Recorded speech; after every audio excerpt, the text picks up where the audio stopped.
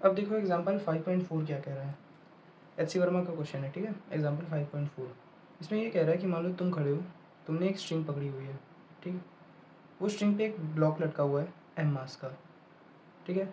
और एक पॉइंट है ए, उस पॉइंट के नीचे जो स्ट्रिंग है ना उसका मास एम दे रखा है। The block has mass m, इसका मास एम है, and distance with an acceleration ए।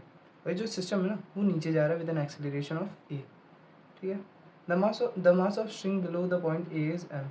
ए के नीचे जो स्ट्रिंग है उसका मास एम है।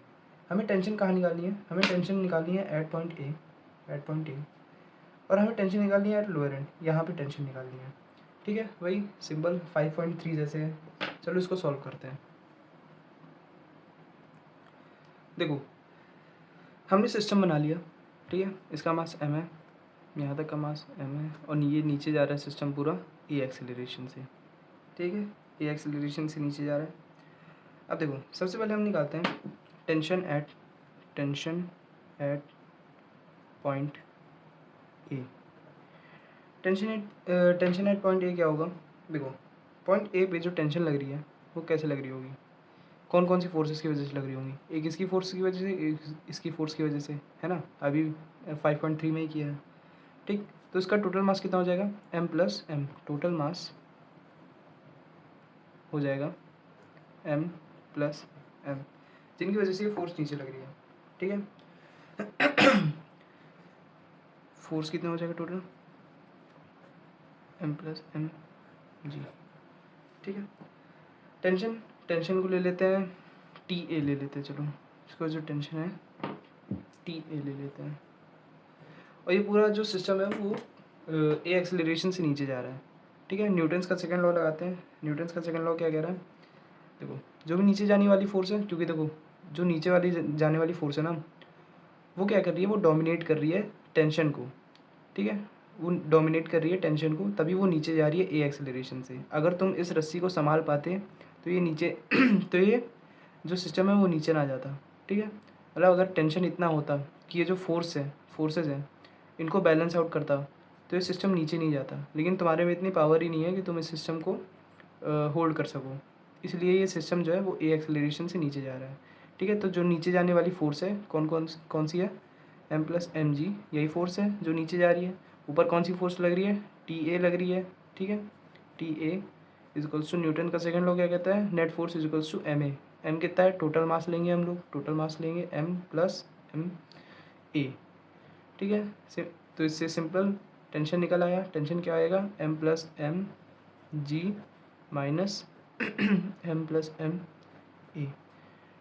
इसको कॉमन ले लेंगे, m plus M g minus a. तो ये तुम्हारी टेंशन हो गई एट पॉइंट ए, ठीक है। समझ में आया?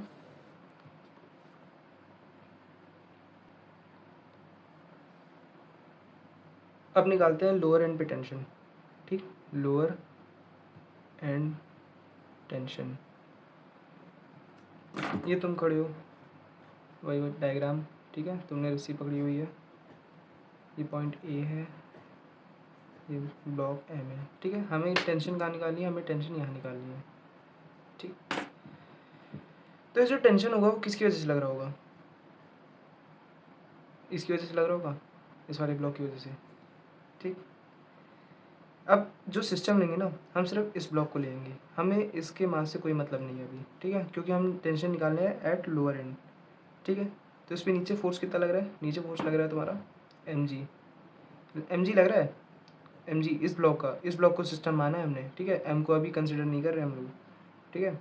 क्योंकि लोअर एंड का टेंशन निकालना है। अगर हम लोग एम को कंसिडर करेंगे तो हमें टेंशन यहाँ से निकालना पड़ेगा, ठीक है। जब हम टेंशन एट पॉइंट ए निकालते हैं ना तब हम एम भी कंसिडर करते हैं, लेकिन हमें एट लोएस्ट पॉइंट चाहिए जहाँ से ब्लॉक अटैच है। तो वहाँ से टेंशन निकालने के लिए हम सिर्फ ये वाला सिस्टम यूज़ करेंगे, कैपिटल एम वाला, ठीक है, बड़े वाला ब्लॉक का। तो नीचे जो नीचे फोर्स ले जा रही है, कौन सी ले जा रही है? एम जी, ठीक है, एम जी। ऊपर टेंशन कितना लग रहा है? मान लो टी एल लिख लेते हैं इसको, टेंशन टी एल, ठीक है। टी एल इजक्वल्स टू क्या हो जाएगा? एम ए हो जाएगा। क्योंकि ये ब्लॉक नीचे जा रहा है, ठीक है। तो m g minus m a equals to T L, तो T L equals to m g minus a, ये हो जाएगा टेंशन एट लोएस्ट पॉइंट। ठीक है, यही पूछा था।